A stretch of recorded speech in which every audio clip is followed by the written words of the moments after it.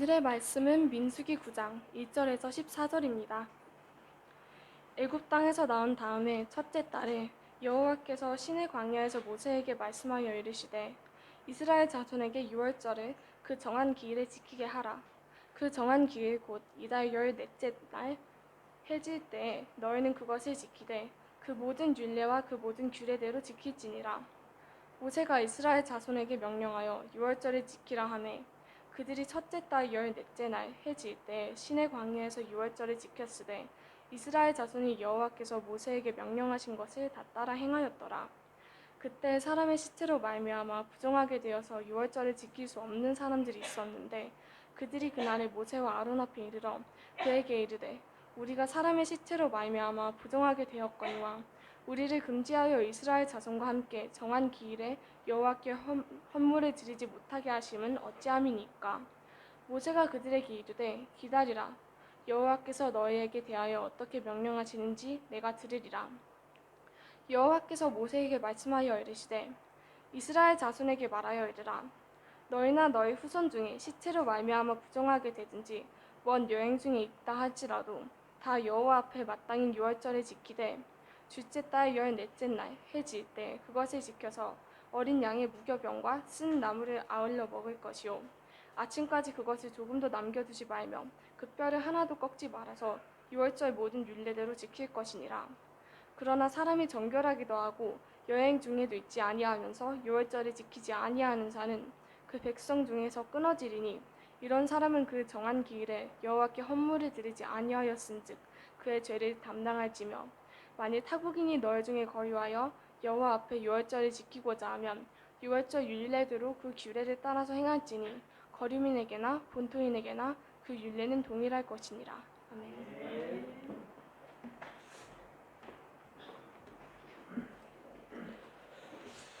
지난주일 예배 후에 이제 청소년부와 청년부가 연합으로 이제 함께 모임을 가졌습니다. 지금 환경이 그러해서 이제 그때 저희들은 주로 하는 이 내용이 뭐냐하면 돌아가면서 한 주간 말씀 묵상했던 내용이나 아니면 그날 제가 설교했던 당일 설교 내용에 관해서 질문과 답을 저희들이 하면서 이제 하나의 길을 찾아가는 그런 시간을 갖습니다. 그때 제가 이제 돌아가면서 사람이 너무 많아서 다 할 수 없어서 특정한 몇몇 친구들에게 이제 말할 기회를 줬는데 한 학생이 저에게 이런 질문을 했습니다. 여러분도 한번 들어보십시오. 목사님, 회당장 야이로의 딸, 설교실에 나왔던 겁니다. 죽었다가 살아난 회당장 야이로의 딸은 이미 죽었는데 그 딸의 아버지가 예수님께 무릎을 꿇고 간구함으로 그 딸이 구원을 받았다고 목사님이 말씀하셨는데, 그러면 누군가가 죽은 사람을 대신해서 기도하면 그 사람이 구원을 받을 수 있다는 말인가요? 라고 질문을 했습니다. 여러분들에게, 여러분 이제 성인이시잖아요. 여러분들에게 누군가 만약에 그렇게 질문했다면 여러분들은 뭐라고 대답을 해주시겠습니까? 궁금할 거 아닙니까? 그래서 궁금해서 부모님께 오늘 설교를, 목사님 설교를 집중해서 듣고, 이제 저희들은 여기 주보에 보면 뒤에 적는 란이 있습니다. 그래서 거기다가 이제 궁금한 사항이나 내용을 적는데 적었어요. 그래서 목사님한테 물어보기 못하니까 집에 가는 길에 차 안에서 물었어요. 엄마, 아빠, 목사님이 이렇게 했는데 이건 뭐예요? 뭐라면 여러분들이 뭐라고 대답하시겠습니까? 방금 이 질문에 대해서는 뭐라고 대답해 주시겠습니까? 정답은 전혀 그렇지 않다입니다. 왜냐하면 한 사람의 구원은 철저하게 개인의 믿음에 의해서 결정되기 때문입니다. 회당장 야이로의 딸이 죽었다가 살아나고 구원받은 것은 그 딸에게 구원받을 만한 믿음이 있었기 때문에 구원받은 것이지 결코 아버지가 대신해서 기도했기 때문에 구원받은 것은 아닙니다. 다만 그 상황 속에서는 그 아이가 죽어 있는 상태에서 아버지께 직접 예수님께 무릎을 꿇을 수 없었기 때문에 동일한 믿음을 가졌던 아버지가 대신하여 그 아이의 믿음을 표현했다고 설명할 수 있습니다. 결론적으로는 오직 구원은 그 개인 자신이 예수님을 만났는가 만나지 못했는가에 따라서 결정이 된다는 것입니다. 방금 저희들이 보았던 이 회당장 야이로의 딸이 죽었다가 살아난 본문의 핵심은 그 딸이 구원받은 것도 있지만 그것보다 저희들이 더 중요하게 알아야 될 것은 예수님이 누군가를 알아야 되는 것입니다. 우리가 이 본문을 접할 때에 무엇을 배웠냐 하면 죽은 자를 만지면 부정하게 된다는 걸 배우면서 이걸 했단 말입니다. 그런데 예수님은 죽은 자를 만졌는데 부정하게 안 될 뿐만 아니라 오히려 죽은 자가 살아나는 그분이 예수 그리스도를 우리에게 지금 가르쳐주고 있는 것입니다. 여러분들은 그 본문에서 그 아이가 살았느냐 죽었느냐도 중요하지만 예수님이 누구신가를 명확하게 인지하는 것이 더 중요하다는 것입니다. 이 예수님을 만났느냐 만나지 못했느냐에 따라서 그 사람의 구원의 문제가 갈린다는 것입니다. 각자가 십자가 복음을 통해 자신의 죄인됨을 철저히 인정하고 예수님을 자신의 구주로 믿고 실제 삶을 통해서 자신의 모든 권리를 예수님께 넘겨드릴 때, 지난주에 넘겨드릴 때 이것을 파스오버라고 그랬습니다. 넘겨드릴 때 그 사람의 구원이 완성된다, 이렇게 말을 했습니다. 여담이지만 저는 저희 교회 청소년, 청년들이 그런 질문을 하는 것은 굉장히 바람직한 현상이라고 봅니다. 왜냐하면 지금 이 시대에는 대부분의 사람들이 복음이나 구원에 대해서 관심이 없는 시대가 되어버렸습니다. 그런데 저희 교회 청년들이 그런 질문을 한다는 것은 그래도 아직도 여전히 세상과는 구별될 수 있다는 한 가닥 희망이 남아있다는 것입니다. 여러분들께 개인적으로 당부드립니다. 우리 사랑하는 청소년 그리고 청년부들의 믿음이 잘 정착할 수 있도록 많은 관심과 기도를 부탁드립니다. 여러분들의 시각에는 차지 않을 것이지만 그래도 좀 격려해 주시고 좀 밥도 사주시고 좀 챙겨서 등도 좀 도닥거려 주십시오. 지금 이 좋은 날씨에 다른 데 가지 않고 지금 여기에 앉아서 같이 어려운 설교를 듣는 것만으로도 정말 대견한 일입니다. 중요한 것은 여기서 역사가 일어나야 합니다. 철저하게 예수님을 만나는 역사가 오늘 여기서 일어나야 합니다. 여러분들이 설교를 계속 들으시면서 그것을 계속 기도해 주십시오. 자기 자신 그리고 우리의 자녀 또 내 옆에 있는 자녀와 같은 청년, 청소년들이 십자가 복음을 깨닫고 자신의 삶을 살아낼 수 있게 해달라고 계속 기도해 주십시오. 그것이 우리 장년된 자들의 본분입니다. 구약 성경 가운데에 십자가 복음을 가장 직접적으로 설명한 것이 바로 유월절 사건입니다. 지난주에도 말씀드렸지만 유월절은 파스오버, 넘겨주다 혹은 넘어가다 이런 뜻이라고 했습니다. 그런데 공교롭게도 1월 첫 주 설교에도 유월절이 나왔고 1월 둘째 주에도 유월절이 나왔고 오늘은 아예 유월절을 지키라라는 그런 표면적으로 유월절이 나왔습니다. 혹시 여러분들 가운데에 이렇게 오해하시는 분들도 계실지 모르겠습니다. 목사님께서 의도적으로 설교를 그렇게 준비한 것이 아닌가. 참고로 말씀드리지만 저는 3주치를 미리 설교를 준비할 만큼 똑똑한 사람이 아닙니다. 하다가 보니까 계속해서 6월절이 지금 나왔습니다. 매일 아침 여러분께 보내드리는 말씀 묵상 기록하는 것도 사실 저에게는 버거운 일입니다. 그렇지만 설교를 준비하다 보니까 2023년을 시작하면서 연속 3번 6월절에 대한 내용이 선포되었다는 것은 하나님의 특별한 계획하심이 있다고 저는 확신합니다. 특별히 저희 교회 청소년부와 청년들에게 십자가 복음이 무엇인지를 명확하게 깨닫기 위한 하나님의 허락하신 기회라고 생각합니다. 그러면 기회면 저희들이 붙잡아야죠. 적어도 3번 중에 1번은 붙잡아야죠. 6월절이 3번이나 선포되었는데 6월절의 의미가 무엇인지를 명확하게 붙잡아야겠죠. 구약 성경에서 십자가 복음을 알 수 있는 가장 대표적인 사건은 6월절 사건입니다. 오늘 설교를 통해서 그 6월절이 무엇을 의미하는지 꼭 깨닫고 돌아가시기를 주님의 이름으로 축원드립니다. 오늘 본문은 이스라엘 역사상 2번째 실시되는 6월절입니다. 첫 번째 6월절은 언제 실시되었습니까? 출애굽 당시에 실시되었습니다. 나중에 말씀드리겠습니다. 오늘 본문 1절에서 5절을 제가 한번 천천히 읽어보겠습니다. 여기서 여러분들이 키워드를 한번 찾아보십시오. 1절입니다. 애굽 땅에서 나온 다음에 첫째 달에 여호와께서 시내 광야에서 모세에게 말씀하여 이르시되 이스라엘 자손에게 6월절을 그 정한 기일에 지키게 하라.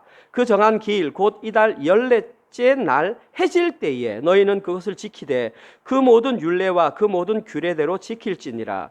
모세가 이스라엘 자손에게 명령하여 6월절을 지키라 하매 그들이 첫째 달 14째 날 해질 때에 시내 광야에서 6월절을 지켰으되 이스라엘 자손이 여호와께서 모세에게 명령하신 것을 다 따라 행하였더라. 제가 1절부터 5절까지 천천히 읽었습니다. 여기서 어떤 한 가지 특징을 발견하셨습니까? 발견하신 분, 어떤 특정한 이게 눈에 띈다. 없으시면 다시 한번 더 읽어보겠습니다. 어떤 단어가 반복되는지 발견할 때까지 읽겠습니다. 잘 들어보십시오. 누군가는 대답을 해야 됩니다. 애굽 땅에서 나온 다음에 첫째 날에 여호와께서 시내 광야에서 모세에게 말씀하여 이르시되 이스라엘 자손에게 유월절을 그 정한 기일에 지키게 하라. 그 정한 기일 곧 이달 14째 날 해질 때에 너희는 그것을 지키되 그 모든 율례와 그 모든 규례대로 지킬지니라. 모세가 이스라엘 자손에게 명령하여 유월절을 지키라 하매 발견하셨습니까? 예, 뭐가 반복되던가요? 지키라가 반복됩니다. 지키라가 5번 있고 마지막 5절 끝에 행하였더라, 이것도 지키라와 같은 뜻입니다. 이 지키라는 단어가 오늘 주보에 기록된, 제가 아사가 기록된 내용이 뭐냐, 이 아사라는 뜻이 지키다라는 뜻입니다. 그런데 여러분들, 지키다라는 단어의 원래 의미는 keep입니다. keep. 근데 성경에는 이 keep을 의미하는 단어가 샤마르라고 하는 단어가 있습니다.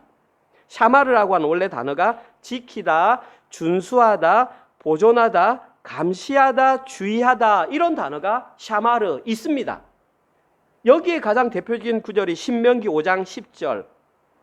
나를 사랑하고 내 계명을 지키는 자에게는 keep, 간직하는 자에게는 천대까지 은혜를 베푸느니라. 여기에 지키다가 샤마르입니다.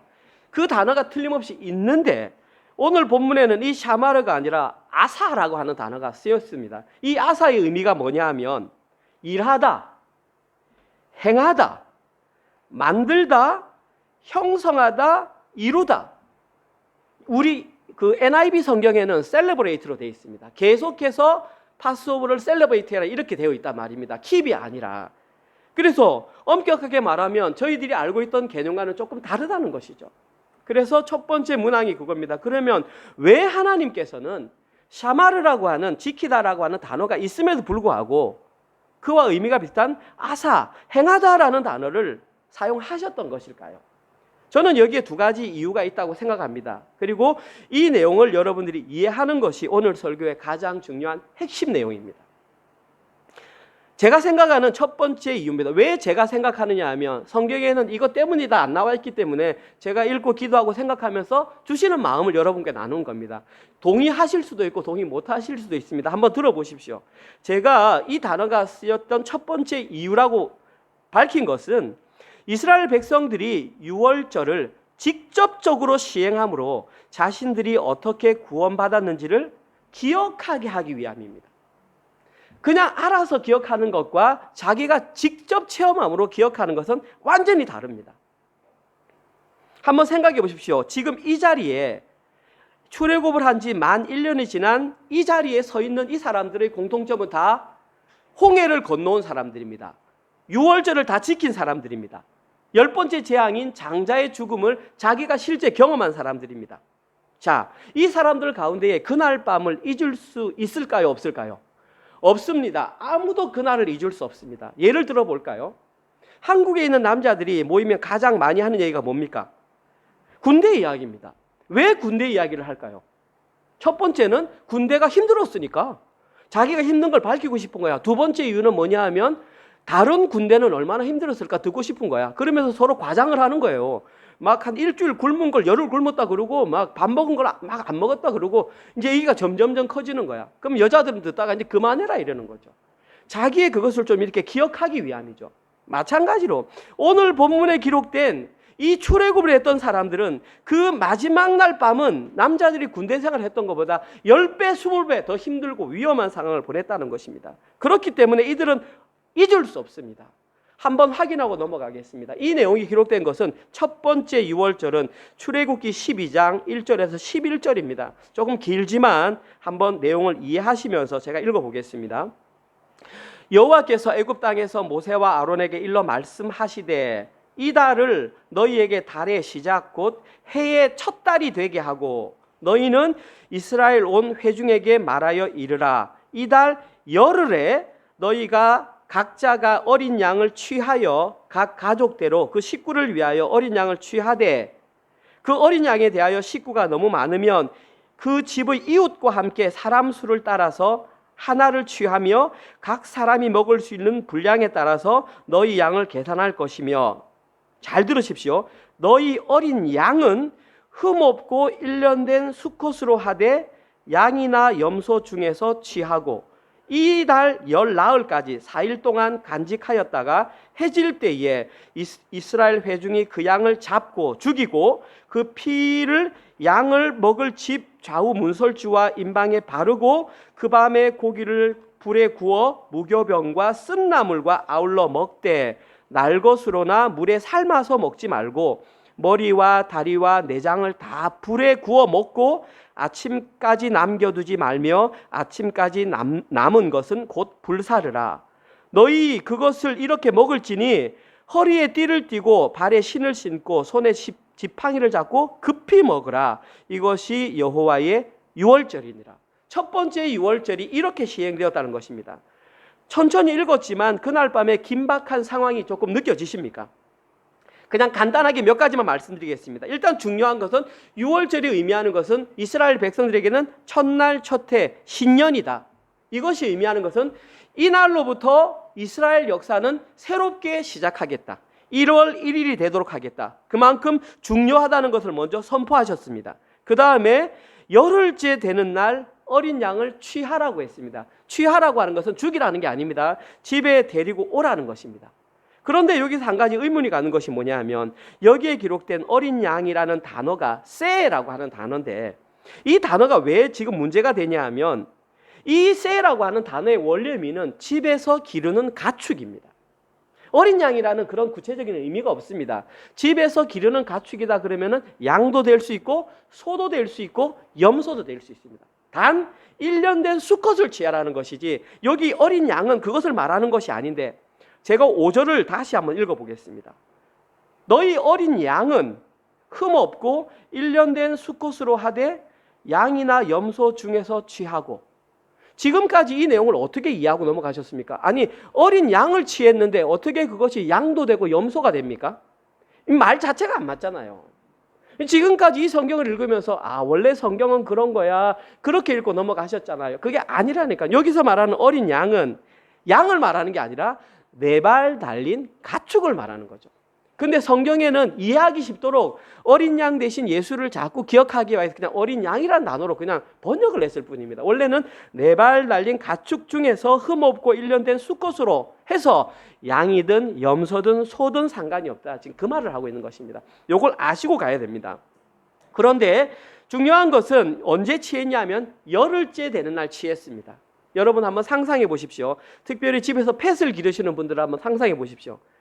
1년 된 어린 하얀 양이 있습니다. 너무 이뻐요. 우리에 있는데 우리 집에 가지고 왔어요. 열흘째 가지고 왔어요. 그래서 4일 동안 그 양을 우유도 주고 먹을 것도 주고 집에서 안고 같이 잠을 잤어요. 며칠 동안 4일 동안 같이 잠을 잤어요. 그러다가 마지막 4일째 되는 날 이제 칼을 가지고 그 양의 목을 따야 돼요. 마음이 어떻겠습니까? 가족처럼 느껴지지 않겠습니까? 하나님께서는 바로 그것을 명령하신 것입니다. 하나님께서는 자 오늘 유월절 지킬 거니까 저 우리에 가서 양 한 마리 아무거나 잡아와. 이거 너희 대신 죽을 거야. 목 찔러. 이렇게 죽인 것이 아니라 하얗고 1년 되고 너무 귀여운 그 양을 집에 가지고 와서 4일 동안 안고 같이 막 우유도 주고 하다가 4일째 되는 날 목 찔러 그러니까 그걸 찌르는 것이 쉽겠냐 말입니다. 이것이 유월절입니다. 유월절에 어린 양을 잡는 것은 가족 중에 한 명 아니면 혹시 나 자신이 죽는 것과 같은 그런 고통스러운 상황이 바로 유월절이라는 것입니다. 이것이 바로 유월절에 희생된 어린 양의 모습입니다. 그런데 하나님께서는 그 피를 문설주와 임방에 바르고 그것을 심지어 불에 구워서 쓴나물과 무교병과 함께 먹으라 그랬습니다. 쓴나물은 쓴 거, 무교병은 아무 맛이 안 나는 빵. 자, 그런데 내가 4일 동안 먹이고 키우던 그 양을 그것과 함께 먹으려고 그러니 맛있다. 오늘 BBQ 죽이네. 이렇게 먹겠습니까? 내가 이걸 먹어야 하나? 내가 이 양을 어떻게 먹지? 난 도저히 못 먹겠어. 너 먹어. 이렇게 하겠지. 그런데 하나님께서 뭐라 그랬냐면 이 양을 아침까지 남겨주지 마라. 무조건 다 먹어라. 너희 집에서 못 먹을 것 같으면 옆집 사람 데리고 와서 잡을 때 그 양을 생각해서 먹어라. 그렇게 했습니다. 이 유월절 어린 양과 쓴나물을 먹을 때에 그 어느 누구도 히히덕거리면서 우리 신난다 여행 간다 이렇게 하면서 먹을 수 없다는 사실입니다. 절대 그럴 수 없습니다. 이것이 바로 장자의 죽음이 시행되던 유월절의 모습입니다. 유월절 잡을 때 그들은 자기 자신이 죽는 것과 같은 그런 고통을 경험한 것입니다. 이것을 기억하기 위해서 저희들은 2달에 한 번씩 성찬을 합니다. 성찬을 받을 때에 그 성찬의 떡은 내 살이요, 성찬의 포도주는 내 피라는 것을 생각하며 먹는 것이지, 오늘도 빵 먹고 떡 먹고 2달 만에 돌아왔구나가 아닙니다. 여러분들이 이 사건을 기억하는 것이 바로 유월절입니다. 여러분들이 이런 날을 직접 경험했다면 그 날을 어떻게 잊겠습니까? 그런데 하나님께서 1년 뒤에 오늘 본문에서 하나님의 군대가 되어서 광야로 나서는 이스라엘 백성들에게 그 날을 다시 시행하라는 것입니다. 그 말은 너희들이 어떻게 구원받았는지, 누구의 희생으로 구원받았는지 똑똑히 기억하라는 것입니다. 그 구원을 잊지 말라는 의미로 아사라고 하는, 행동하다라고 하는 그 단어를 사용했던 것이 첫 번째 이유입니다. 참고로 세 번째 유월절은 언제 지켜졌는지 아십니까? 광야 40년 동안 유월절은 한 번도 지켜지지 못했습니다. 이유는 광야는 유월절 지킬 만한 여건이 못 됩니다. 세 번째 유월절은 여호수아 5장 10절에 여리고 평지에서 여리고 성을 정복하기 바로 직전에 하나님께서 세 번째 유월절을 명하라고 명령하셨습니다. 40년 동안 한 번도 못 지켰습니다. 제가 생각한 두 번째 이유는, 이 단어가 사용된 두 번째 이유는 유월절의 내용을 아는 것과 유월절을 실제로 행하는 것이 너무나 다르다는 것을 알려주기 위함입니다. 이론적으로 유월절 어떻게 해나는지 알아. 출애굽기 12장 1절에서 11절 읽으면 다 알아요. 유월절을 이렇게 가져와서 이렇게 양을 잡고 문설주를 바르고 이렇게 하는 것과 실제로 자기 손을 통해서 행하는 것이 다름을 알려주기 위해서 이 단어를 사용했다는 것입니다. 하나님께서는 이스라엘 백성들을 향하여 너희들 1년 전에 그 사건 기억하고 있지? 그 사건 잊으면 안 돼 라고 말씀하신 것이 아니라 지금 1년 전에 시행했던 그대로 실제로 너희 삶을 통해서 동일하게 시행하라고 명령하셨던 것입니다. 그럼 왜 하나님께서는 그냥 기억하라고만 하면 되지 실제로 행하라고 강조하셨을까요? 그것은 하나님께서 인간이 누군지를 너무나 명확하게 알고 계셨기 때문입니다. 하나님께서는 이스라엘 백성들이 틈만 나면 하나님의 뜻을 어길 수밖에 없는 존재라는, 연약한 존재라는 것을 이미 알고 계셨기 때문에 그 명령을 하셨던 것입니다. 실제로 오늘 본문 이후로 민수기서를 읽으면 이제 며칠 뒤에 이 사람들이 만나를 먹게 됩니다. 근데 만나 먹다 보니까 뭐가 먹고 싶다냐면 고기가 먹고 싶다고 불평불망을 합니다. 불과 얼마 지나지 않아서. 이것이 바로 이스라엘 백성들의 악한 본성의 실체입니다. 그런데 중요한 것은 그 악한 본성의 실체가 과연 그 당시 살아가던 이스라엘 백성들의 전유물이었냐? 아니라는 사실입니다. 예수님 당시의 유대인들, 지금 이 시대의 성도로 살아가고 있는 이스라엘 하나님 나라 백성이라고 말하는 자들도 그 당시 이스라엘 백성들과 크게 다르지 않다라는 사실입니다. 아담과 하와가 선악과를 따먹은 이후, 모든 인류가 죄에 노출된 이후, 하나님의 보호하심을 떠난 모든 인류들은 오직 자기 스스로 왕이 되려는 그 죄의 노예가 되어서 하루하루 살아가는 것이 그들의 본질임을 하나님께서는 명확하게 아셨던 것입니다. 그리고 그것을 해결할 수 있는 방법이, 그 방향이 무엇인지를 정확하게 우리에게 알려주고 있는 것입니다. 그것이 바로 유월절을 통한 십자가 복음을 깨닫는 것임을 우리에게 알려주셨던 것입니다. 그러기 위해서 하나님께서는 의도적으로 이 단어를 사용하여 너희들이 실제 유월절을 너희 삶으로 행해야 한다, 이렇게 알려주셨던 것입니다. 십자가 복음을 알려주기 위해서는 환경적으로 유월절을 도저히 지킬 수 없는 상황임에도 불구하고 유월절을 시행해야 한다고 아사라는 단어를 사용했던 것입니다. 그래서 이스라엘 백성들은 하나님의 명령에 따라 실제로 유월절을 시행했습니다. 절차에 따라서 똑같이 열흘째 어린 양 한 마리 데리고 와서 집에서 품고 있다가 이제 14일째 이렇게 잡으려고 하는데 한 가지 문제가 생겼습니다. 그 문제와 관련된 내용은 6절에서 14절에 기록되어 있습니다. 한번 문제를 발견해 보십시오. 읽습니다. 그때에 사람의 시체로 말미암아 부정하게 되어서 유월절을 지킬 수 없는 사람들이 있었는데 그들이 그날에 모세와 아론 앞에 이르러 그에게 이르되 우리가 사람의 시체로 말미암아 부정하게 되었거니와 우리를 금지하여 이스라엘 자손과 함께 정한 기일에 여호와께 헌물을 드리지 못하게 하심은 어찌함이니까? 모세가 그들에게 이르되 기다리라. 여호와께서 너희에게 대하여 어떻게 명령하시는지 내가 들으리라. 여호와께서 모세에게 말씀하여 이르시되 이스라엘 자손에게 말하여 이르라.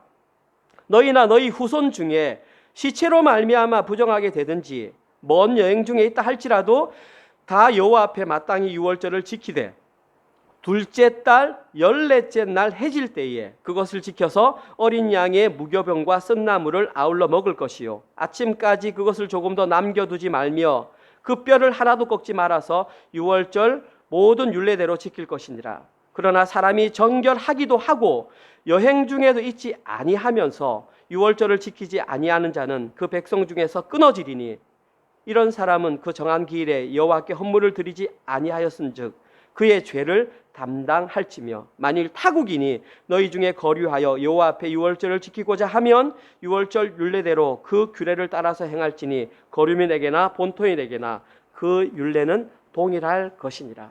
자, 방금 제가 읽었던 내용 가운데 발생한 문제가 뭡니까? 지키려고 하는데 시체를 만져서 유월절을 못 지키는 사람이 지금 모세에게 찾아와서 지금 말을 하고 있는 것입니다.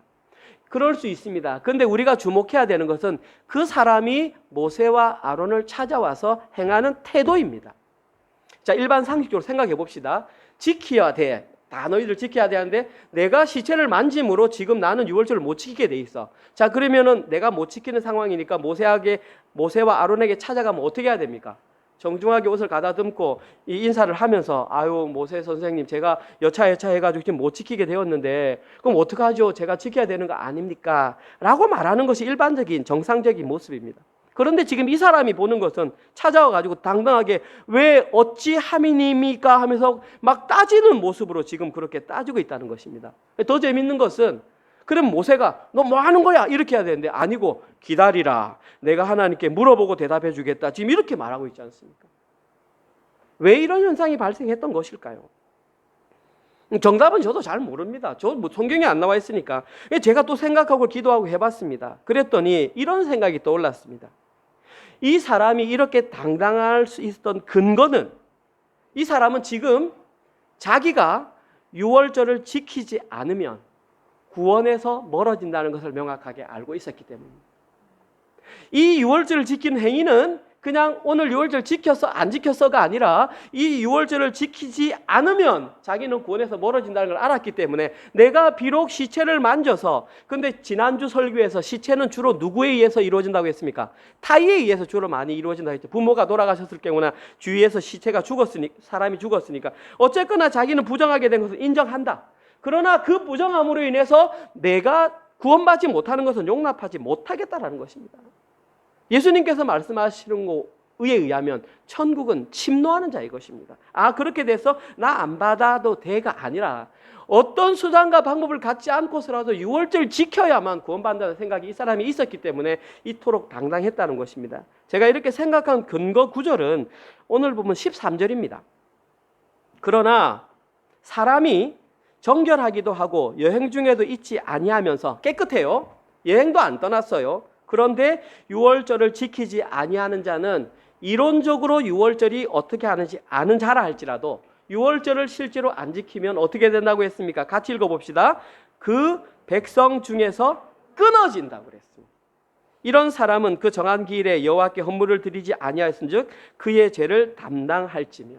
여기서 말하는 끊어진다라는 말은 카라트라는 뜻인데 잘라내다, 베어내다, 언약을 자르다 이런 뜻이죠. 언약하다라 할 때 카라트라를 쓰는데 그 언약에서 멀어진다는 것입니다. 조금 더 확대해서 해석하면 끊어진다란 말은 뿌리채 뽑힌다는 뜻입니다. 그 사람이 육신적으로 이스라엘 백성이었다 할지라도 실제로 유월절이 어떻게 진행되는지 이론적으로 잘 알 수 있다 할지라도 실제로 유월절을 진행하지 않았으면 뿌리채 뽑힌다는 것입니다. 이스라엘 혈육이라는 거 의미 없다라는 것입니다. 쉽게 말해서 아무런 근거 없이 유월절을 지키지 않는 사람은 그 사람이 누구라 할지라도 언약 백성에서 제외된다는 것입니다. 무시무시한 말입니다. 저희를 향한 경고입니다. 너희들이 모태신앙으로 태어났던, 네가 교회를 10개 지었던, 네가 뭘 했던 네 삶으로 유월절을 살지 않으면 너는 거기서 뿌리채 뽑힌다라는 것을 우리에게 경고하고 있습니다. 이것은 너무나 무서운 얘기입니다.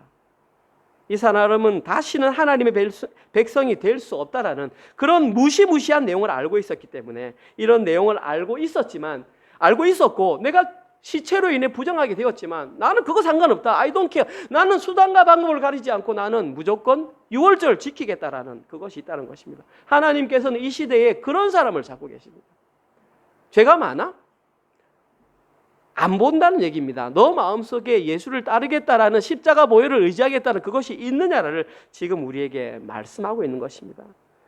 그래서 모세에게도 그토록 당당하게 자신도 유월절 지킬 수 있게 해달라고 요청했던 것입니다. 하나님께서는 이 마음을 어여쁘게 보시고 예외 조항을 허락해 주셨습니다. 그것은 바로 너는 한 달 뒤에 시체로 인하여 하나님 좋으시죠.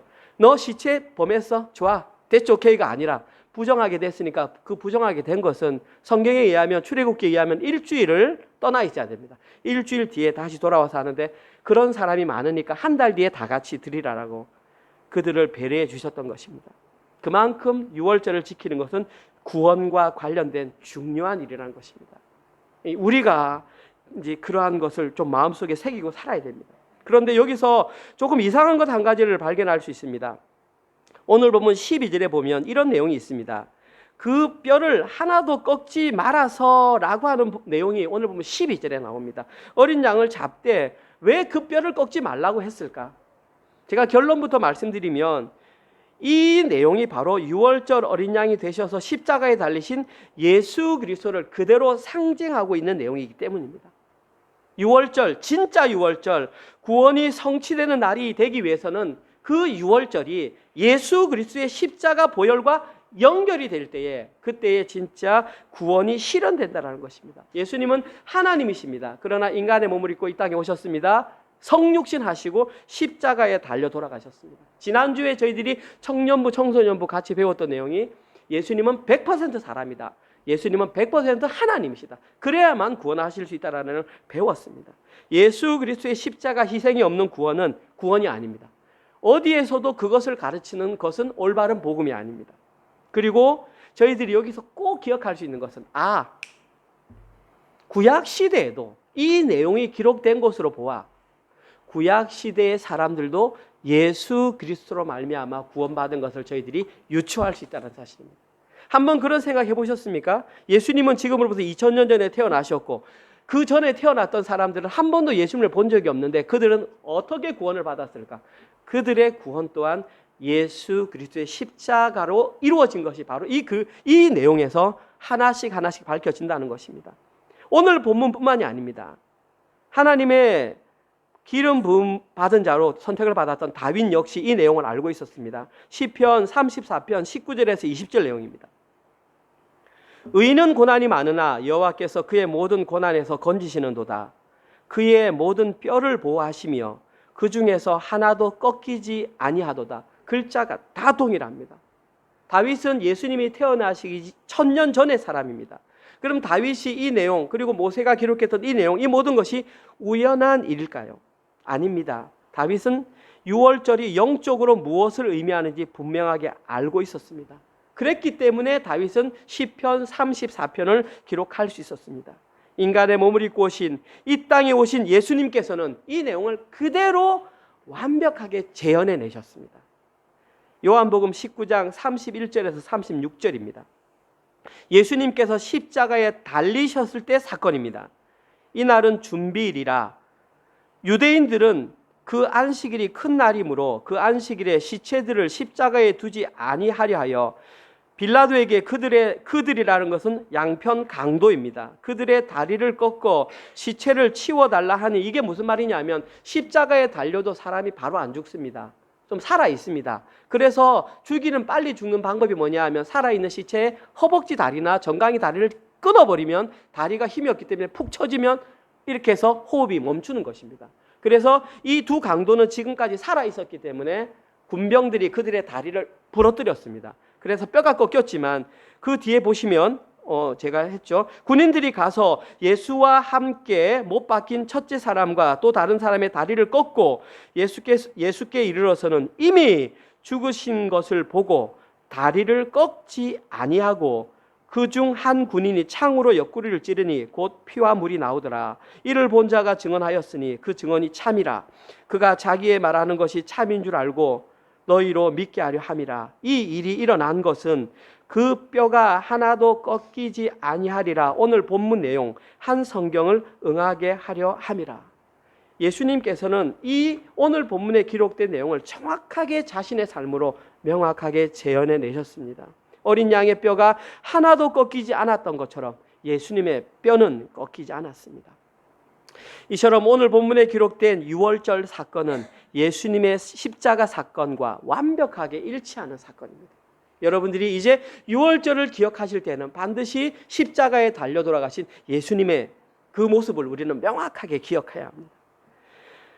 이제 설교를 들으신 여러분들은 유월절의 어린 양이 십자가 위에서 죽음당하신 예수님을 상징하고 있다는 것을 확실하게 알고 계십니다. 이제 이것은 이론적으로 아는 것입니다. 이제 여러분들은 이것이 예수님을 상징하는 것이구나 이제 압니다. 그러면 that's it 아니고 이제부터 시작입니다.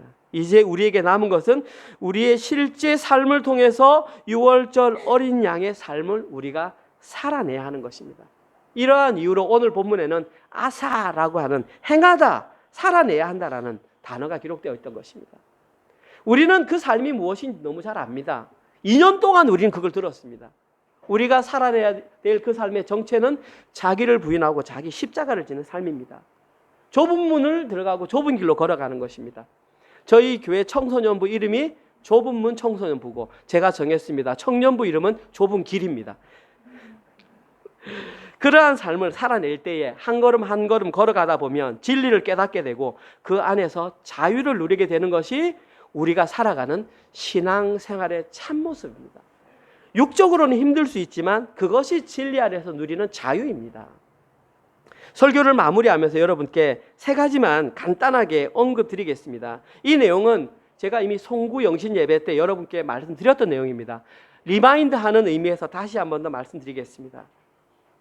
진리 안에서 자유를 누리기를 원하시는 여러분들은 첫 번째, 아는 것을 사는 것으로 착각하지 마시기 바랍니다. 이것은 이것이야, 이것은 이것이야, 나는 그래서 알았어 라고 신앙생활 착각하지 마시기 바랍니다. 실제로 자기 삶을 통해서 살아내야 그것이 진짜 아는 것입니다. 진리를 진짜 아는 사람은 말이 아니라 삶으로 자신의 진리를 증명합니다. 그러니까 주변 사람들에게 이래라 저래라 말하지 마시고 답답한 게 있으면 먼저 가서 직접 사십시오. 보여주십시오. 그러면 교회는 평안합니다. 2번째, 자신이 창립 멤버라는 생각을 머릿속에서 완전히 지워버리시기 바랍니다. 여러분들이 은혜로 교회 창립 멤버로 참여하신 것은 너무나 잘한 일입니다. 하지만 그것은 여러분의 훈장이 되어서는 안 됩니다. 여러분들이 그런 생각을 가지고 사람들을 대할 때에 교회는 반드시 분열되고 맙니다. 저희 은혜로 교회는 매주일이 창립 기념일입니다. 여러분들이 이런 마음을 품고 신앙생활 하실 때에 교회는 변질되지 않고 첫 마음으로 끝까지 갈 수 있습니다. 마지막 3번째, 창립 멤버로 참여하여서 교회를 세우신 분들을 존중해 주시기 바랍니다. 이분들은 아무런 희망이 보이지 않던 코비드 상황 속에서도 묵묵히 교회 설립에 동참해서 교회를 세워간 분들입니다. 여러분들이 그 길을 걷지 않았다고 해서 그분들의 노고를 폄하하시면 안 됩니다. 말씀 속에서든 행동 속에서든 그분을 존중해 주시고 그분들을 격려해 주십시오. 그러할 때에 교회가 온전하게 갑니다. 서로가 서로의 입장을 이해할 때에 저희 교회는 초심을 잃지 않고 날마다 진리 안에서 자유를 누리는 교회가 될 것입니다. 이번 한 주간 동안도 6월절의 어린 양의 대신 십자가에 달리신 예수 그리스도를 기억하시면서 진리 안에서 자유를 경험하시는 모든 분들 되시기를 주님의 이름으로 축원드립니다. 아멘. 하나님 감사합니다. 오늘 말씀을 통해서 죽음을 이기신 예수님을 실제로 만난다는 것이 무엇인지를 깨닫게 하시니 참으로 감사합니다. 그러나 하나님, 저희들이 이론적으로 아는 것을 실제 우리 삶으로 아는 것이라고 착각하지 말게 하여 주시옵소서. 우리에게 주어진 실제 삶을 통해서 좁은 문, 좁은 길을 기쁨으로 걸어가는 저희들 되게 하여 주시옵소서. 설령 그 길을 걸어가다가 부족한 마음과 부족한 삶이 느껴진다 할지라도 그 길을 돌아서 가지 말게 하시고 뻔뻔한 마음을 가지고 십자가 복음 앞으로 달려가는 저희들 되게 하여 주시옵소서. 하나님, 그리하여 주님 앞에 우리의 삶의 모든 주권을 내려놓게 하시고 하나님이 나의 모든 것의 왕이심을 인정하는 삶을 살아가게 하여 주시옵소서. 그러한 마음으로 한 주간 동안 벌어들였던 하나님, 우리의 물질을 주님 앞에 내려놓습니다. 물질이 우리의 주인이 아니라 예수 그리스도가 우리의 주인임을 인정하는 마음으로 11조와 감사헌금과 주정헌금과 또 선교헌금을 하나님께 올려드렸습니다. 하나님이 헌금을 통하여 오직 하나님의 영광이 드러나는 곳에 사용하게 하여 주시옵소서.